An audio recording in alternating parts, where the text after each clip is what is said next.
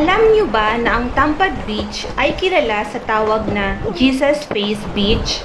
Tingnan niyo ito guys. Ito yung mukha ni Papa Jesus na nakaukit sa bato. Kung titingnan niyo, hugis mukha siya, diba? At merong ilong.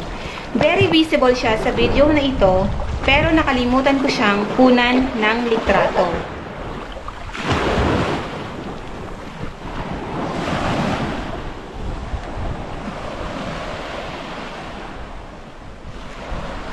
Alam niyo ba na ang Tampad Beach ay kilala sa tawag na Jesus Face Beach?